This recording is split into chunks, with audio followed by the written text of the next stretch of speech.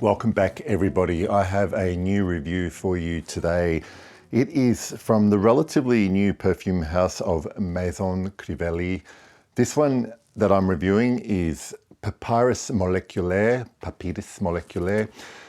And as you can tell from its name, it's featuring the note of papyrus. Now, I have a few perfumes that have papyrus listed as an official note in the note pyramids. I haven't smelled papyrus as an actual raw material, but I recognize this note and what it has in common with those other perfumes that I have. So I'm using that as a reference. I'm gonna just spray on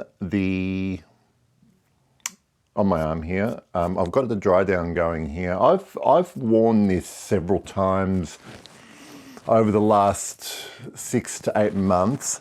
So I've had time to get to know it. I've worn it in warmer weather. It's starting to get cold now, so it's been interesting. When you first smell Papyrus Moleculaire, you do pick up this note in the beginning. That is at the same time, it's an accord that basically is this very light, woody and spicy texture. The texture reminds me a lot.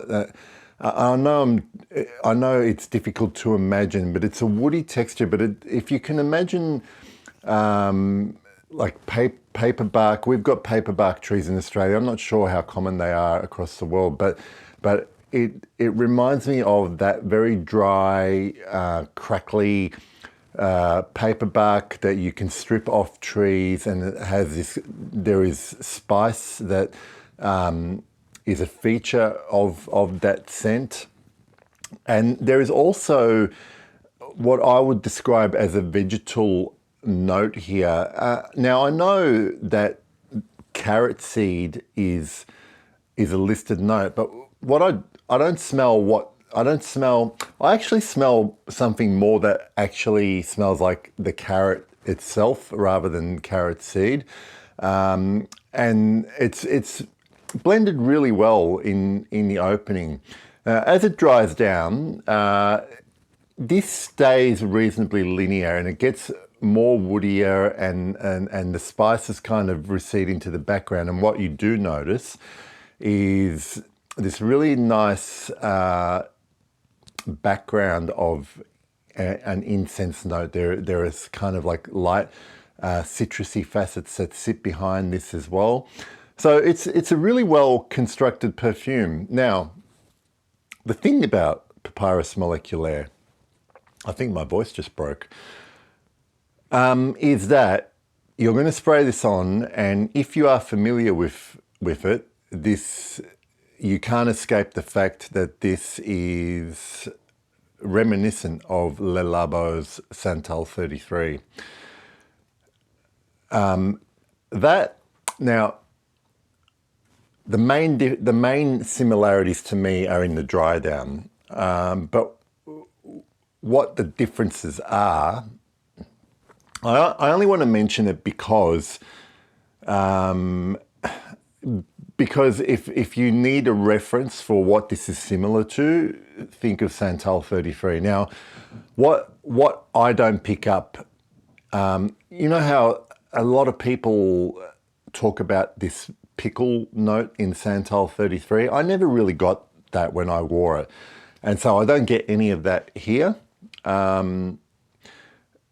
This to me is a translucent perfume, or is that the right word I'm trying to use? It is a lot more. It's a lot easier to see how this is constructed. Whereas Santal 33 to me is just like this very thick, dry woods, and what they share in common in the dry down as well is this kind of chalky iris note that occurs here too. I actually prefer the way this wears more than Santal 33. Santal 33 is a bit of it's a bit of a monster if you overspray, whereas this kind of just sits right on my skin at least. But you can't mistake the fact that they are similar in the dry down. However, I actually prefer the way this is constructed. That opening is also a point of difference, so there is a little bit more development in Papyrus Moleculaire from Maison Crivelli, whereas Santal 33 is go to woe, just that scent, and everyone is going to smell it. This one's a little bit more discreet, not to mention the fact that it is over $100 cheaper for the 100ml bottle than the Le Labo is, for what I consider a better scent, albeit you could accuse it of being inspired by that particular perfume. Although there are other perfumes out there that kind of, you know, go for that Santal 33 vibe. But definitely check out. It's made me more interested in checking out the rest of the perfumes from Maison Crivelli, which I have a few of, so I'll eventually get around to testing and reviewing them. This lasts pretty well on my skin, and it projects, you know, at arm's length pretty well. But I just don't find it as constricting as the Le Labo. So this is why there's nothing wrong with the performance of this. It lasts a good, you know, 7 to 8 hours easily.